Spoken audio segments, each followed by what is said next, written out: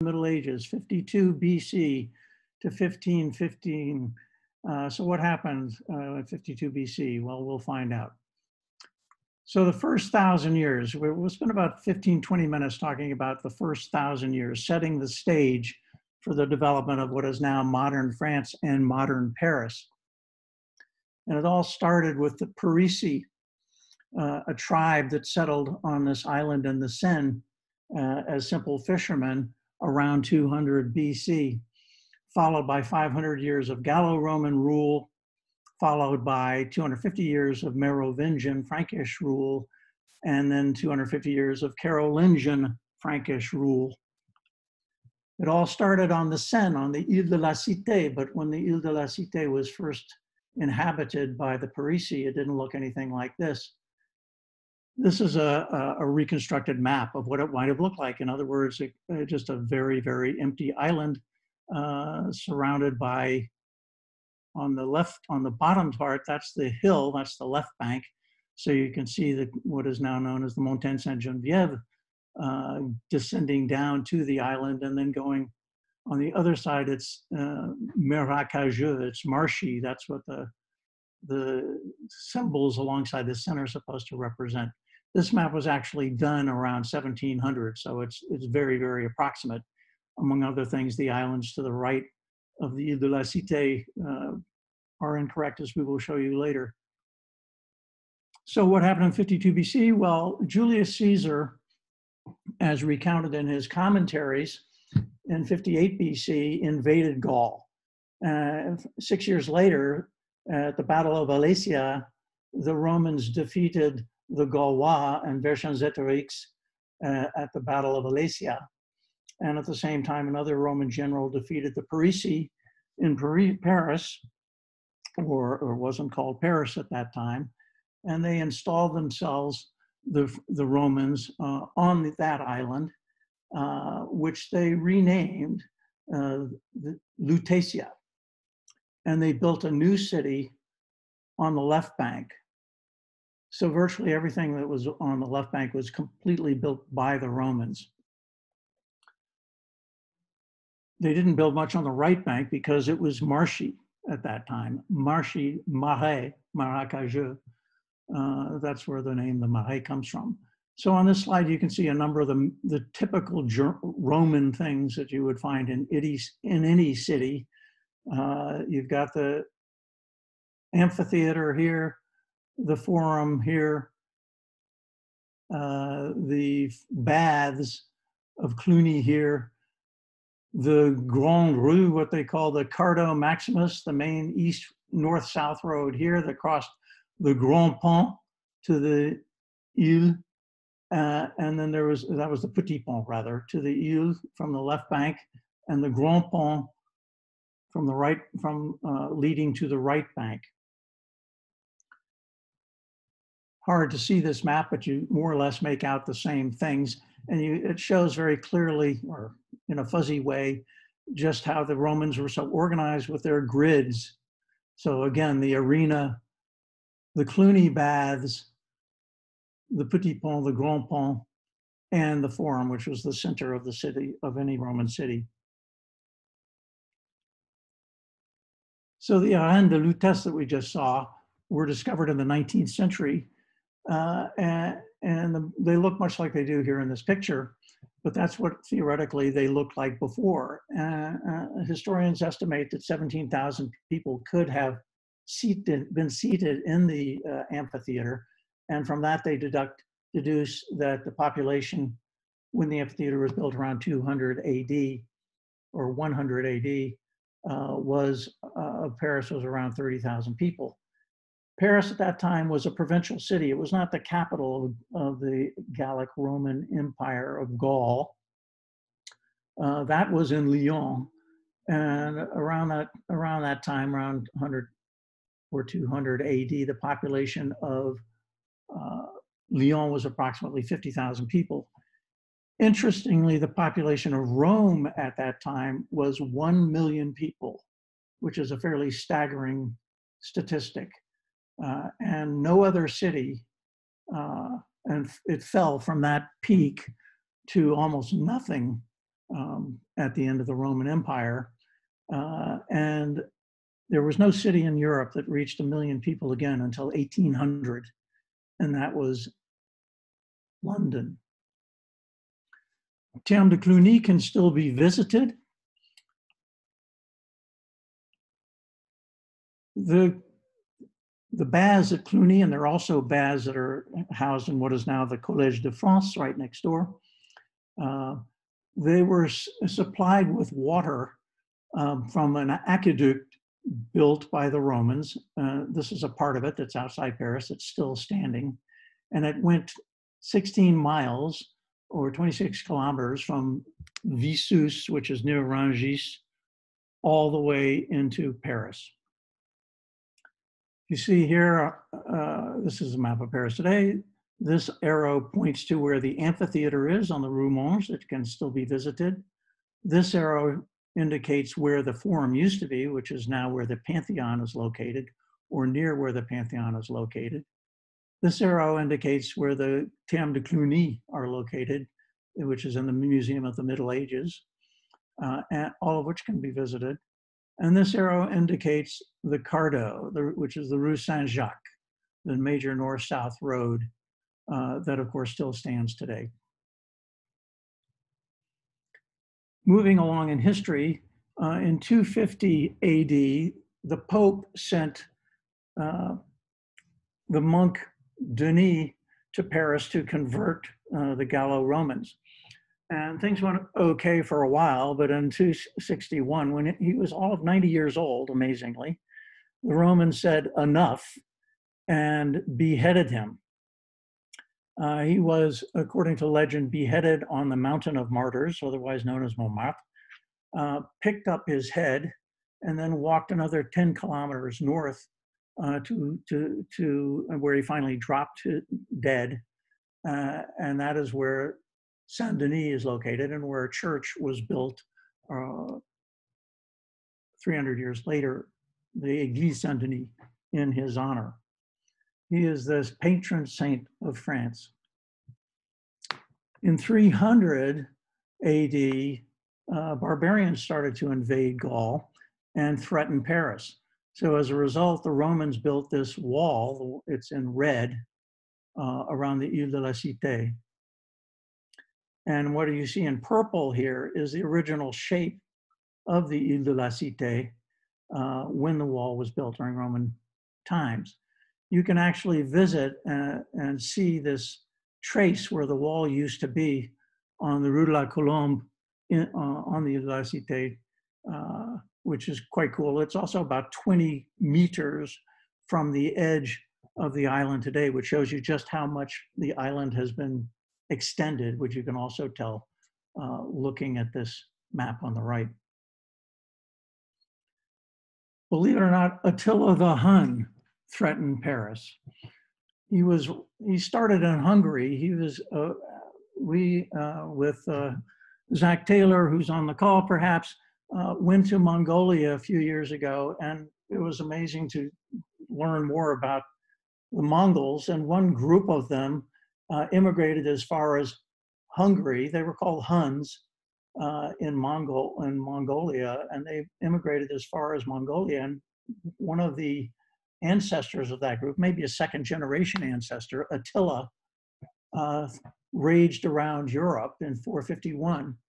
And as you can see, these symbols indicate cities that were sacked. So he went to Worms, Mainz, Cologne, Tournai, Cambrai, Amiens, Beauvais, and was threatening Paris in 451.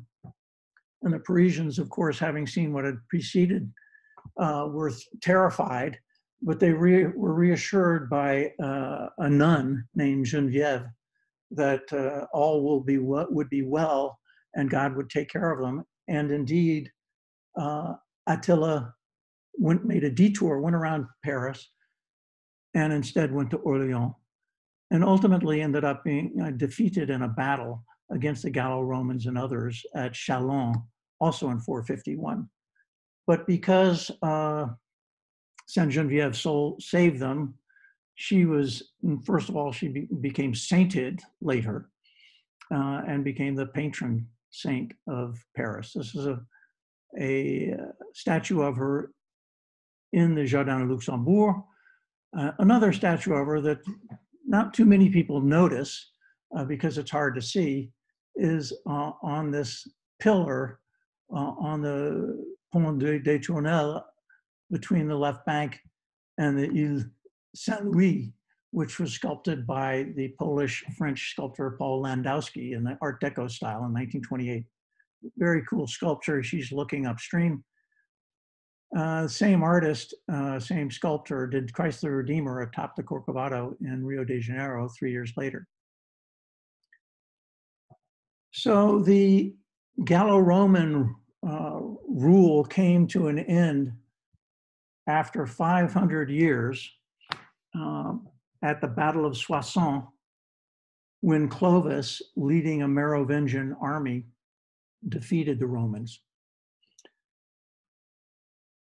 After he defeated the Romans, he continued his battle to try to consolidate power against another German tribe called the Alemanni at the Battle of Tolbiac.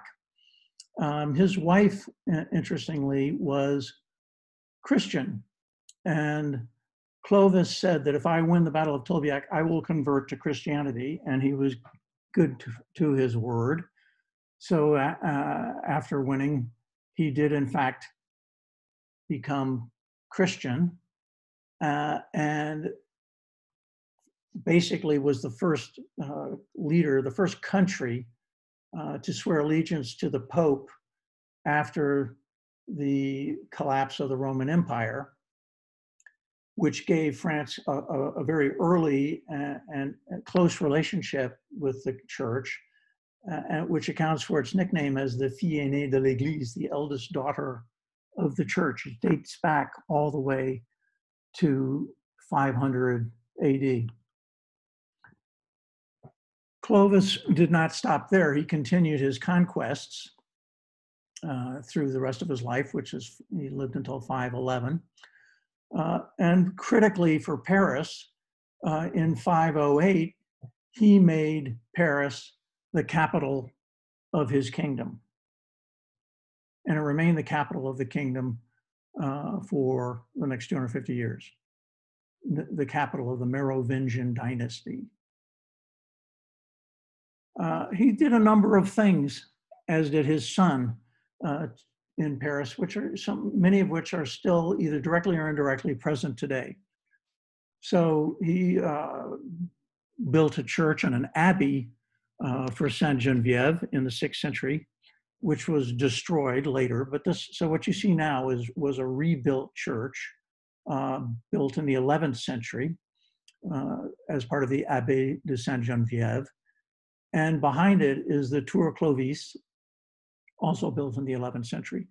The church itself was demolished later, and actually is where the Lycée Henri IV now stands. But the Tour Clovis is still visible in all of its glory behind it, which is also right behind the Pantheon.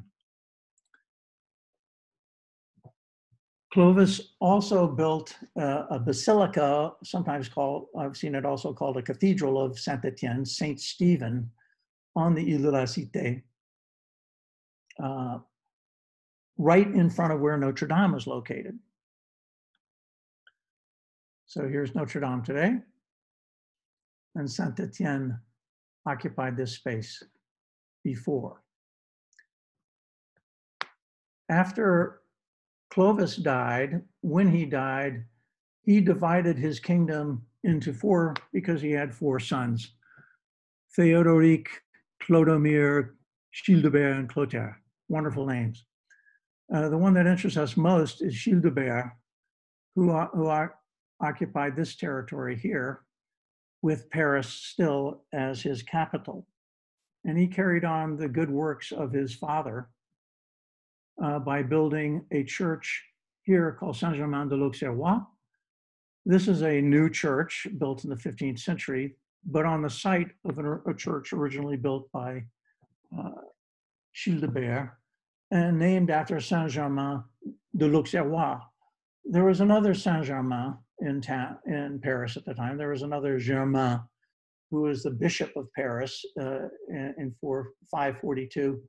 So in order to distinguish this church from the Bishop of Paris, this is named about Saint-Germain, the Germain from the town of Auxerre. So that's why we have two Saint-Germain churches in Paris. And he also built, Gilles de Bert, the Église de Saint-Vincent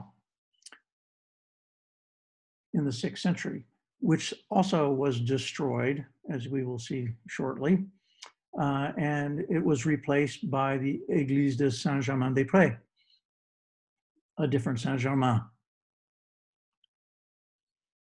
I couldn't find any pictures of what Saint-Germain-des-Prés or Saint-Germain-l'Auxerrois might have looked like, but this is a picture of a 6th century basilica in Metz, which gives you an idea of what a church built in the 6th century might have looked like in Paris.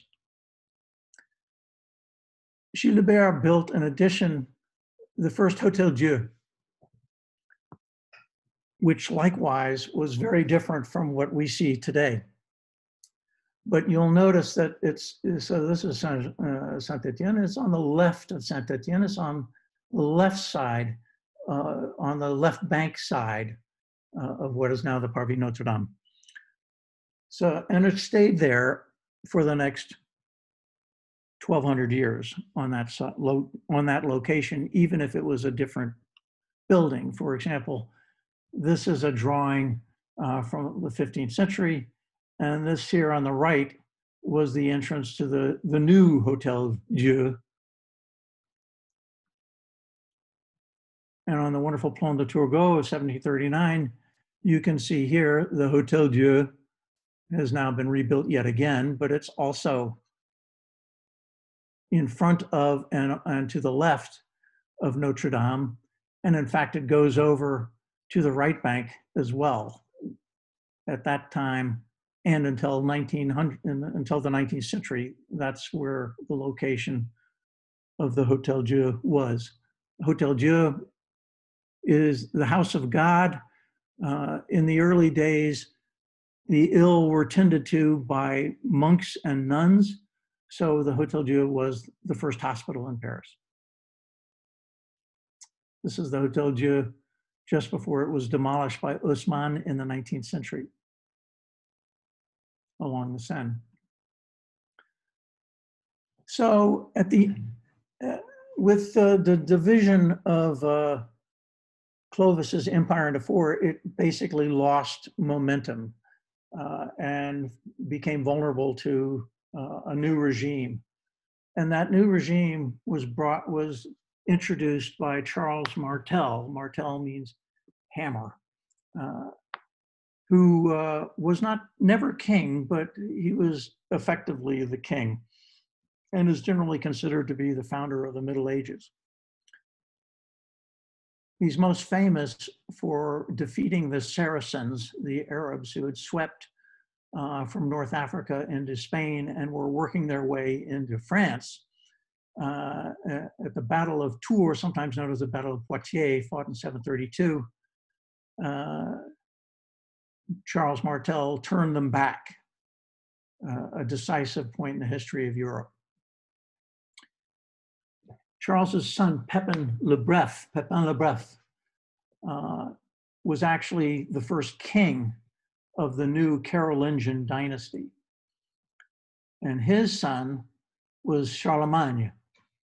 The Carolingian dynasty is called Carolingian because Carolus is the Latin word for Charles, and so many of the kings in the dynasty were named Charles, but none was more famous than Charlemagne, who started out with the Frankish kingdom, then had the Frankish Empire, and then finally in 800 created the Holy Roman Empire, more or less recreating the empire that Rome had before it collapsed at the end of the 5th century, and therefore earned the sobriquet, the father of Europe. There's this wonderful statue of Charlemagne in front of Notre Dame, the Parvis Notre Dame. In fact, Charlemagne only visited Paris once in 775 to dedicate the Église Saint-Denis, not the Basilica Saint-Denis, but the Église Saint-Denis, and he never returned. More importantly for Paris, in fact, when he created his empire, subsequently the Holy Roman Empire, he moved the capital from Paris to Aachen in what is now Germany, and is what is also known in French. Aachen's name is Aix-la-Chapelle. So Paris was effectively demoted from capital of the empire to a provincial capital, and lost momentum and influence as a result. In the 9th century, amazingly, the Vikings rode all the way up the Seine River and managed to attack and lay ruin to Paris 3 times, 845, 856, 861. During those times, they basically destroyed everything on the river banks, including the Église Saint-Vincent that we saw earlier, the Église Saint-Germain-l'Auxerrois, virtually everything. And finally, they came back yet again in 885. King Siegfried, theoretically, according to Grégoire de Tours, the monk who wrote one of the earliest histories of France 100 and something years after the fact here, according to him, 700 ships with 20,000 Vikings came up the river to attack Paris. But since the 861, the Parisians finally organized a defense and rebuilt the Roman wall that had fallen into ruin and took refuge behind it. The Vikings put Paris under siege. Ultimately, they were paid a ransom and left Paris alone. But I forgot to mention, as part of that defense, in addition to restoring the walls, the Parisians built the Grand Châtelet. This is a reconstitution of what it looked like around 1800 to protect the Grand Pont. And they built the Petit Châtelet to protect the Petit Pont. Both of those châtelets, which means small forts, were built on the river banks to protect the bridges. So this is the Plan de Marion, 1648, that shows the Petit Châtelet protecting the Petit Pont, leading to the Ile de la Cité, and there's Notre Dame up here. This shows just how far those Vikings had to go from the English Channel all the way to Paris. It's staggering. And then they went beyond. I think they went all the way to Châtillon-sur-Seine. Of course, they were not just attacking along the Seine, they were doing up and down the French coast, and of course, all over the British Isles. The breadth of their attacks in the 9th century is staggering. Finally, in order to bring these attacks to an end, the king in 911 entered into a treaty of Clair-sur-Epte with the Viking leader at that time, whose name was the wonderful Rollo the Ganger. Ganger meant walker because he was apparently so huge that no horse could carry him. And the deal was that if the Vikings would stop invading, and in fact would prevent any other Vikings from invading France, the king would turn over to Rollo Normandy, this area, which was called Neustria at the time. Normandy, where does it get its names? Well, the Normans, the Vikings were sometimes called the Norsemen or the Northmen or the Normans. So they started with Normandy as of 9/11. They expanded their territory to 1050. And of course, it was from here in 1066 that the Duke of Normandy William the Bastard, Guillaume le Bâtard, conquered England at the Battle of Hastings, Harold, and became, instead of the Bastard, he became Guillaume le Conquérant.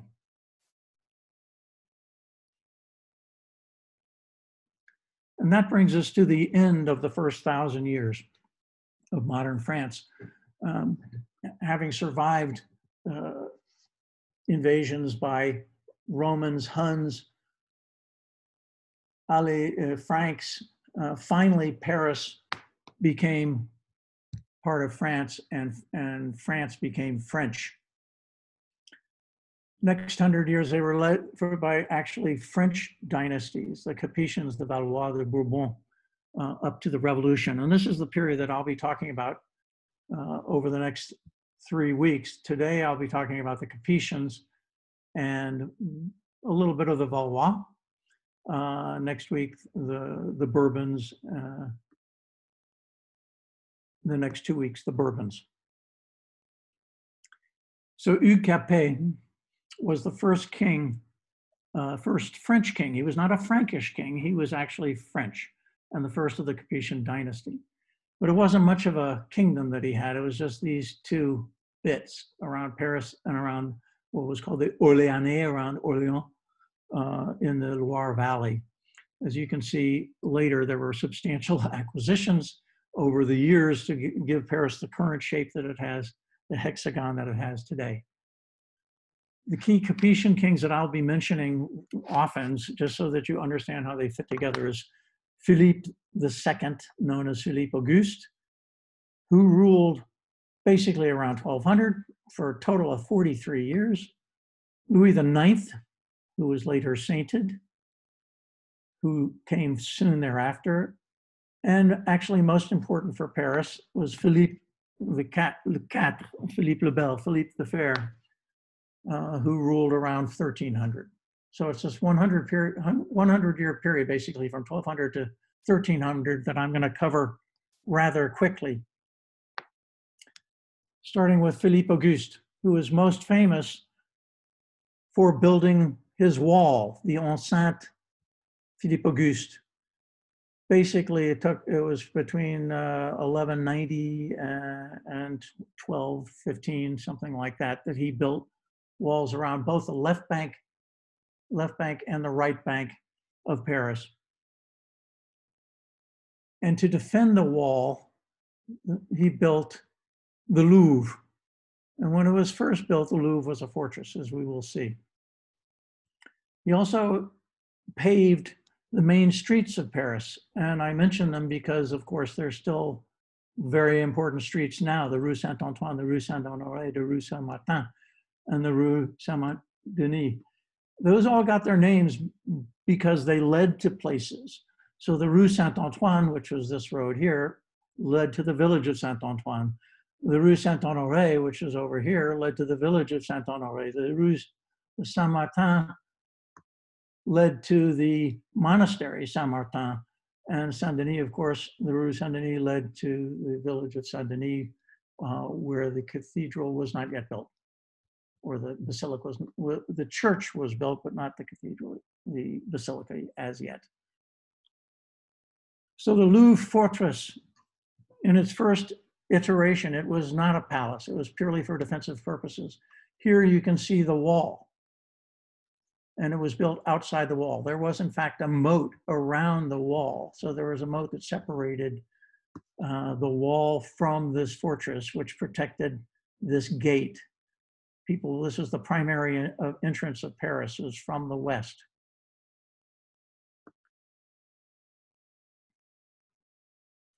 This shows you, this is the Louvre today in gray, and in black, it shows the location of the original Louvre.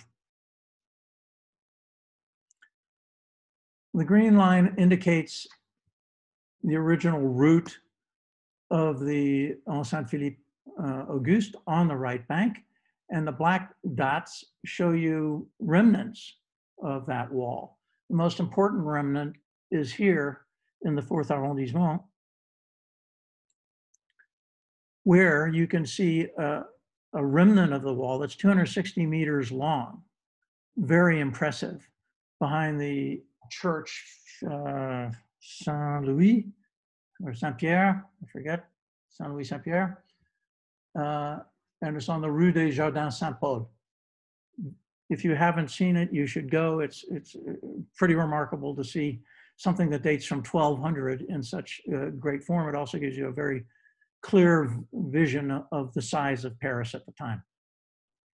On the left bank, there are also a number of remnants of the wall. And it was anchored, while on the left bank it was anchored by the right bank, it was anchored by the Louvre. On the left bank, the wall was anchored by the Tour de Nesle, which is pictured here. And the Tour de Nesle was replaced by the Institut de France, originally called the Collège des Quatre Nations, built by Louis XIV, right opposite the Louvre. If you go to the Rue Clovis behind the Panthéon, you will see a nice big remnant of the wall, which gives you an idea of just how wide it was. It was a very impressive defensive structure. And interestingly, if you go to 7 bis Boulevard Saint-Germain, you will find this interesting little building here, which only has one window. And what happened was that there used to be a wall like this there, but it was finally demolished, and some enterprising developer decided to build a building in the space. This is a map that shows the wall on the right bank and the left bank. And you can see that there's actually a fair amount of empty space within the wall and outside the wall. There's the Louvre here and the Abbaye de Saint-Germain-des-Prés here. Superimposed on Paris map today, you can see exactly what the size of the Paris of Philippe Auguste was. This space within the yellow oval is comparable to the size of Hyde Park and Kensington Gardens in London. And this is perhaps the most important map of the talk, because it shows the fundamental configuration that was reached during the Middle Ages. Thanks to the construction of this wall, Paris was able to develop with security. The wall was built, by the way, because of the Crusades. And so when Philippe Auguste went away to the Crusades, he wanted to leave his city protected. And during the Middle Ages here, the city of Paris took on the fundamental configuration that it still has today, which is on the right bank, you have the ville, on the island, you have the cité, and on the left bank, you have the université, which I am going to talk about individually now. So the cité, this is where it all began. This map dates from 1550, so don't take it too literally.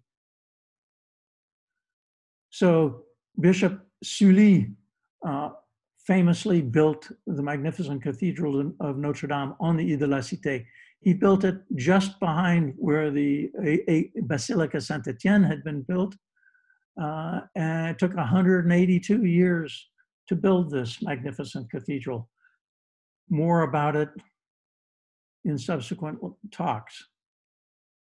But a rare site of a Middle Ages construction site. You can see the parvis in front of it was very small. You also can see that the statues and the statuary on the doors were all painted as they typically were during the Middle Ages. In the later Middle Ages, that fell out of fashion. This is kind of a recreation, thanks to a light show of what the portals might have looked like. This is actually not Notre Dame. A drawing of the 3 portals. The central portal is called the Portal of the Last Judgment, and it's got this wonderful statue. I love this. This is the weighing of the souls. If you're lucky, you go to the left and to heaven. If you're not, you go to the right, and the devil will lead you to hell. On the right is the Portal of Sainte Anne. And that's very cool. You'll notice when you look at it more closely, this is a relatively crude sculpture here, and you'll see that this tympanum here does not fit within the peaked space like the previous one did. And that is because this tympanum actually was removed from St. Stephen's Basilica and installed here. So this is a nice remnant from the 6th century, or the cathedral that was started in the 6th century. And you can see from this map too, just how congested the Hotel Dieu is still here. There was no parvis, hardly any parvis, which means square, in front of Notre Dame. And there's this road called the Rue Neuve Notre Dame in front of it. Finally, Haussmann leveled all of this, creating the Parvis Notre Dame that we see today. But as you also note, the light-colored stones show you exactly where the Rue Neuve used to be. Philippe Auguste was soon followed by Saint-Louis, who of course is most famous for building his Sainte-Chapelle. And it took 182 years to build the Notre Dame, but it took only 5 years to build the Sainte-Chapelle. It was, of course, a much smaller cathedral, and it was built by and for the king. So things moved rather quickly. He also is known for building the Tour Saint-Louis, and I'll show that in a moment. Of course, the highlight of the chapel is the magnificent stained glass windows. Philippe le Bel, Philip the Fair, was a nasty piece of work, but he did a lot for Paris, and in particular, the Palais de la Cité. Back in Roman times, even the Romans put their palace at the west end of the island, just like the Romans put their temple at the east end of the island, where Notre Dame is. So when the Capetians established their palace in the early days, they too occupied that space. But it fell to, and Philippe Auguste did as well, when it came to Philippe le Bel, however, he wanted to really expand it and make it not only the palace for himself, but the seat of government. So justice was the Justice Department, the law courts were there, as well as the palace, and of course, there's the Sainte-Chapelle. Here is the 4th tower, which was the first tower. This is the Tour Saint-Louis. So, as we will see, these 2 towers were built by Philippe le Bel, and this one was built by Jean II. So these 1, 2, 3, 4 towers are still standing. And this is where you will see the Grand Salle, which is still standing in a way too. The Grand Salle was the largest room in Europe when it was built. It was finally destroyed by fire in 1618, but immediate below the Grand Salle was the Salle des Gendarmes, which means soldiers, which can be visited today, and it's a magnificent space. So as I mentioned, Philippe IV built the Tour César and the Tour d'Argent, but he's probably most famous for orchestrating the Avignon papacy with Clément V, a French Pope, and he managed to manipulate Clement into bringing an inquisition against the Knights Templar who occupied the temple enclosure outside Paris and were very wealthy. And Philippe le Bel wanted their money. So after a long time, it finally ended with Jacques Molay, who was the head of the Templars, being burned at the stake on a small island just off the Ile de la Cité. And when he died, he damned, he cursed Philip IV, he cursed Clement V, and their families. And as it so happens, both Clement and Philippe IV died within a year. And Philippe Katz had three sons, and all three of them died within 10 or 15 years, bringing to an end the Capetian dynasty. So that island was ultimately attached, where Jacques de Molay was immolated, was ultimately attached to the Seine, and is now a beautiful park. So the Tour de l'Horloge was built by Jean II, who was the second of the next dynasty, the Valois dynasty. And the clock here was installed on it. The first public clock in Paris was installed by Charles V, the third Valois king. This is an image that just shows you what the conciergerie looked like in the old days. The Tour Saint-Jacques, not Tour Saint-Jacques, Tour Saint-Louis, which was subsequently nicknamed the Tour Bombec, because that's where people were tortured. And Bombec means if you confess under stress.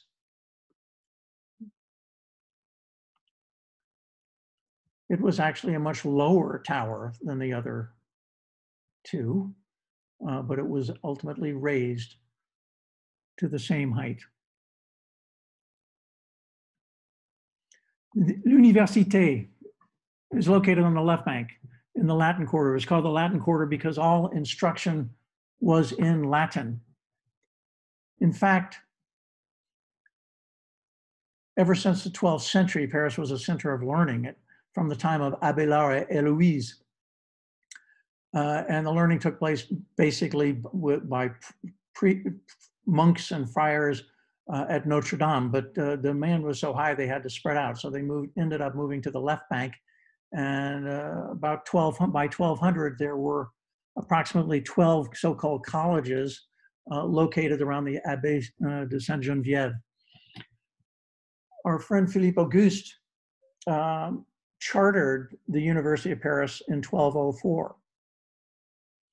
And then in 1253, Robert Sorbonne established his own college, which subsequently was known as the Sorbonne.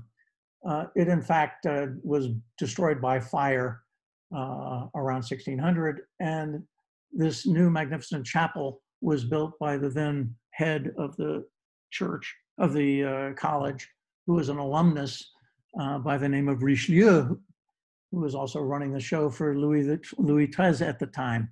So he built this magnificent chapel, which has two entrances, one on the Cour d'Honneur that we see today here, and the other entrance is here on the Place de la Sorbonne. This is the Cour d'Honneur, that's the chapel there. This is the Rue Saint-Jacques here. This entire block is now known as the Sorbonne. It was built, with the exception of the chapel, most of it was built around 1900. On the other side of the street, you have the Lycée Louis le Grand. So it's not just university campuses. There are also two of the great lycées of Paris. And the Lycée Louis le Grand had pretty distinguished students: Molière, Voltaire, Robespierre, Delacroix, and Victor Hugo among them. And behind the Pantheon, as I mentioned, the Abbé de Sainte-Geneviève was demolished and replaced by the Lycée Henri IV, which has the Tour Clovis behind its walls. The Bernardins, the monastery of the Bernardins, created a college there to teach monks in 1245.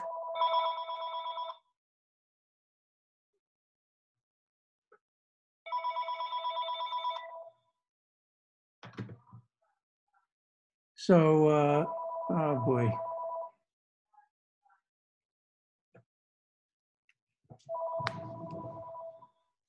So the refectory is all that survives, but it was beautifully restored, and it can be visited on the Rue de Poissy in the 5th arrondissement. And it's got that telltale Gothic arcade, vaulted ceilings, ogival that we saw at the Salle des Gendarmes. Much later, the Collège des Quatre Nations was built as a result of a bequest from Mazarin, and it's now the Collège, the Institut de France. And while we're talking about colleges, François Ier founded the Collège de France, which is just east of, just on the other side of the street from the Sorbonne. Founded in 1530, but the building wasn't built. It was started by Henri IV and finished only during the period of Louis XVI. Now shifting to the right bank, La Ville. This is where business took place. This was a center of commerce, and the very epicenter of commerce was the Port and Place de Grève. So here we have the Seine, and virtually all goods were transported by river. And so they would arrive by river here, be unloaded at the port here, and then it would be moved up here, which was originally a market. It was later, the market was changed, moved to the Marché des Champeaux, which ultimately became Les Halles. But this is an early rendition of what the Port and Place de Grève might have looked like in the 13th century. Move it up 300 years. It doesn't look all that different, but they've started to build the Hôtel de Ville. And of course, this is what it looks like today. So Paris in 1300, churches and monasteries in red. It's worth taking just a little a look at this a little more closely. I unfortunately got this out of, okay, there we go. So you can see that outside the walls, there were an impressive number, and this is just immediately outside the walls, an impressive number of monasteries, because the Middle Ages was characterized by the church everywhere. So here you have the Abbé et Curé Saint-Martin-des-Champs, top, 12 o'clock. 1 o'clock, you have the Enclos des Templiers. At 5 o'clock, you've got the Abbé de Saint-Victor. And at 9 o'clock, you've got the Abbé de Saint-Germain-des-Prés. So it's literally surrounded. And there were other monasteries even further afield. But it's also, I will just take a moment to point out a number of other religious institutions that were there that will come up later in our conversation. So for example, here right next to or near what will become the Bastille, you have the Couvent Sainte Catherine and Saint Paul. We'll be talking about this in a minute. Over here, you have this in purple is the Hôpital des 15-20, which was actually established by Saint Louis. It was another very early hospital, and it's called 15-20. 15-20 means 1520. And back then there was actually a system called Végésime, where they would count not in a decimal way, but instead of tens, they would count in 20s, like they still do in France today, where you say 80 means 80. You don't say 80 or 80 like they do in Belgium and Switzerland, you say 80. And it's 15-20, 15 times 20 is 30, 300 beds were in the hospital. The hospital was subsequently moved to a different location. Here on the left bank, you have the Collège des Bernardins that I was just pointing out, the Abbé de Sainte-Geneviève, which is right behind what is now the Pantheon, les Jacobins, and that's interesting because in the Revolution, there was the radical Jacobins who used to meet here. That's where they got their name, because they would meet on the Rue Saint-Jacques. Jacobin, Jacobin is the adjective for Jacques. Here you have Les Cordeliers, also just inside the wall. And the Cordeliers used to look after the sick too. and that is now the center of the Faculté de Médecine of Paris. And here you have les Augustins. So if you go to the Quai des Grands Augustins, that's because there is a monastery there called les Augustins. And here you have the Hotel de Nesle, which is next to the Tour de Nesle, opposite the Louvre. An idea of what the Abbey Saint-Martin might have looked like. The abbey's gone, but the chapel still exists as the Musée des Arts et Métiers in the 3rd arrondissement. The Enclos du Templier doesn't exist anymore, nor does the Abbey Saint-Victor, which is now, they built on that site the Jussieu campus of the University of Paris. Here it's interesting, you see the Bièvre River. There's actually 2 rivers in Paris, which used to flow into the Seine here. And there was another part here, or no, further on, which was diverted, which is why there's a Rue de Bièvre that's different from where the Bièvre River is indicated on this map. An idea of what the Abbey Saint-Victor might have looked like, or did look like, and the Abbey Saint-Germain-des-Prés at the bottom. At the top arrow here, La Foire Saint-Germain, which is where the market was and is where the Marseille Saint-Germain is located even today. And here at the top left is the Porte de Bussy. That's the Rue Saint-André des Arts. And at the corner of the Rue Mazarin and all that right here, that's where the Porte de Bussy was, and that was the beginning. Paris here, suburbs here.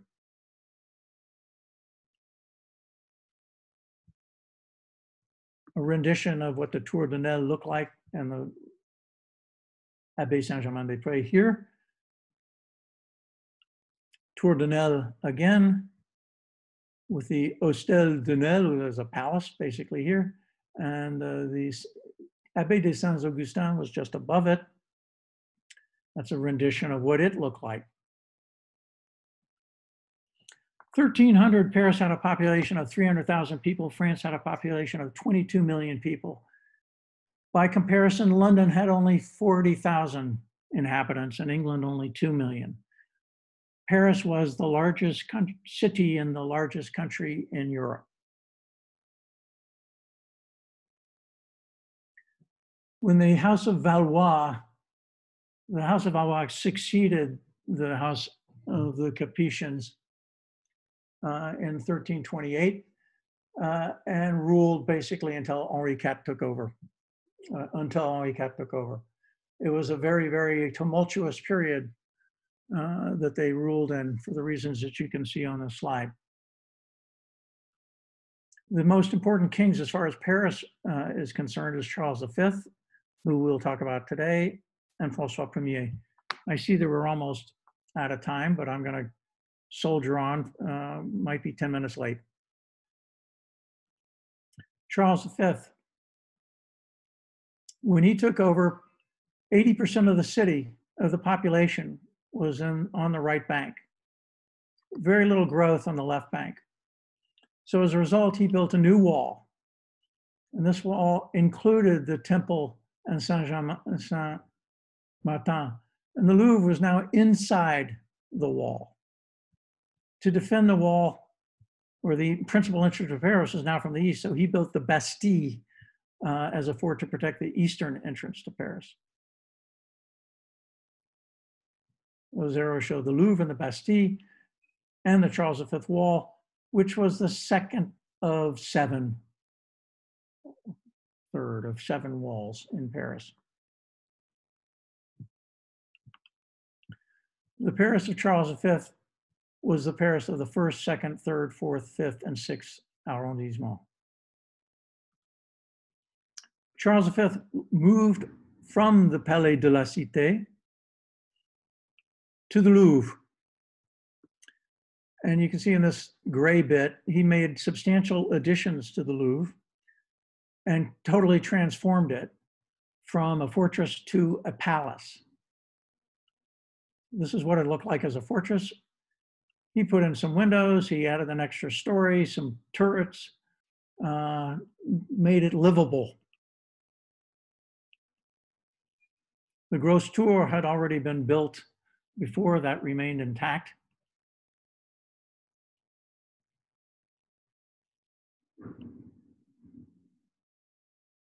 You can see that the Philippe Auguste wall now goes, this wall has been torn down. The one on the right, the Philippe Auguste wall has been torn down. The Charles V wall has now been built alongside it. All that remains from the fortress is the foundations, but we'll talk about what happened to the fortress later. The Bastille, this is a picture that represents it in 720. It was, as you can see, surrounded also, the whole wall was surrounded by a moat. Inside the wall, so after Charles V was in the Louvre, he decided to move east. And when he moved to the east, the entire center of gravity of Paris moved from the Ile de la Cité to the east side of the city. And he established himself in what was called the Hôtel Saint-Paul. P-O-L was another way to spell P-A-U-L, in the village out there. It was a collection of buildings, none of which exist today, just on the south side of the Rue Saint-Antoine. His chancellor built the Hôtel des Tournelles across the street, and both of them were inside the wall, protected by the Bastille. Another important member of Charles V's government, Monsieur Clisson, built the hotel on the Rue des Archives. All that's left is this magnificent gate. Charles V, in addition to living in the Hôtel Saint-Paul, also spent a lot of time in the Donjon du Château de Vincennes, even further east, which was magnificently restored 10 or 15 years ago. But since there was little population growth on the left bank, Charles V did not build a wall on the left bank. What he did do is he ordered the abbot of Saint-Germain-des-Prés to build a wall, which he dutifully did, and surrounded the wall again with a moat.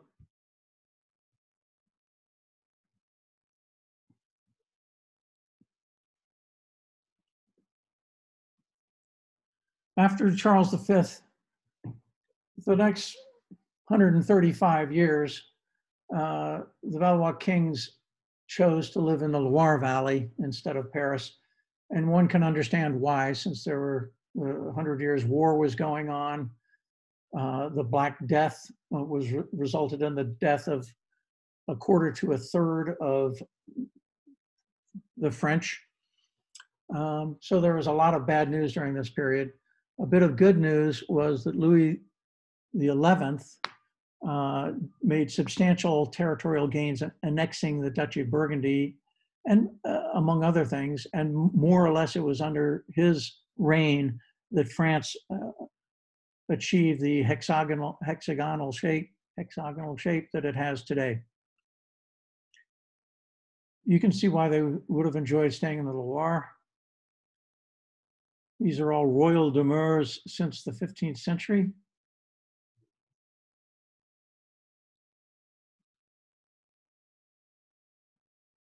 But in Paris too, there were some interesting buildings built during that period, which I will point out quickly. These old buildings from the 4th arrondissement, Wattle and Daube, Colombage. The Duke of Burgundy built his Hôtel Particulier against the Charles V wall in 1408. And all that remains is the tower, known as the Tour de Jean Sans Peur, John the Fearless, which can be visited. The Bishop of Sens built his hotel in Paris. Paris is actually under the jurisdiction of the Bishop of Sens, the Archbishop of Sens, until I think Louis XV. Interestingly. That hotel has now been turned into the Bibliothèque Fournet. And the abbot of Cluny in Burgundy built a hotel as well in Paris during that period, which is now the Musée National du Moyen Âge, undergoing renovation. Not sure when it will reopen. It's most famous for the magnificent tapestry of the unicorn, woman with the unicorn. In closing, I'm going to whip through last few slides. The most important buildings built during the Middle Ages were its churches. And churches are a unique way to actually trace the history of Paris. And the earliest churches did not survive because of the Vikings, the ones built in the 6th century. But very early ones did survive. So here, arguably, the earliest of the churches was the Église Saint-Germain-des-Prés, which was redone and remodeled and extended and expanded like all churches and virtually all major buildings in Paris over the centuries. But the steeple is considered to be 11th century Romanesque architecture. And the tiny Église Saint-Julien-le-Pauvre in the Square René Viviani in the 5th arrondissement is also a very good example, and in fact, viewed from the back, a particularly good example of Romanesque architecture.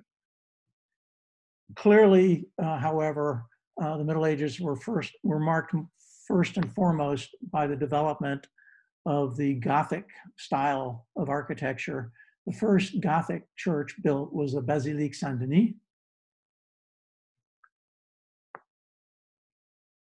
And the second built was the Cathédrale de Notre-Dame de Paris. Many, many other churches were built. At the very end of the period covered by this lecture, the Middle Ages, I'm just going to mention two that were started. The Église Saint-Étienne-du-Mont, right behind the Pantheon. And you can see it was started in 1492, but the facade was not built for 120 years until 120 years later. So during that 120 years, styles changed. And churches are always started at the back and finished at the front. So the last thing that's built is always the facade. So you can have a completely different look at the front from what you see at the back. Perhaps no more dramatically than at the Église Saint-Gervais et Saint-Potet, who were twin saints, by the way, which is located right behind the Hotel de Ville. And here you can see the Gothic nave and the flying buttresses, which look pretty classically Gothic. But the front was built in 1615 to 1621, and it's Baroque. So we are now shifting into a new period of the Renaissance, and that will be the topic of next week's lecture, where we will talk about Paris between François Ier, who brought the Renaissance to France and to Paris, and to Henri IV, who is responsible, is probably considered to be the first urban planner of Paris and built some of the most iconic structures in Paris today. So we will tune in a week from today, same time, same place. And if you want to unmute, if anybody wants to ask a question, I'll take them. Muted. I want to see the people. We could have talked. Okay, I think we're off of mute now. So yeah, hi guys, it's Andrew. I'll just let you know I've unmuted everybody, so you can ask Russell questions. Go ahead.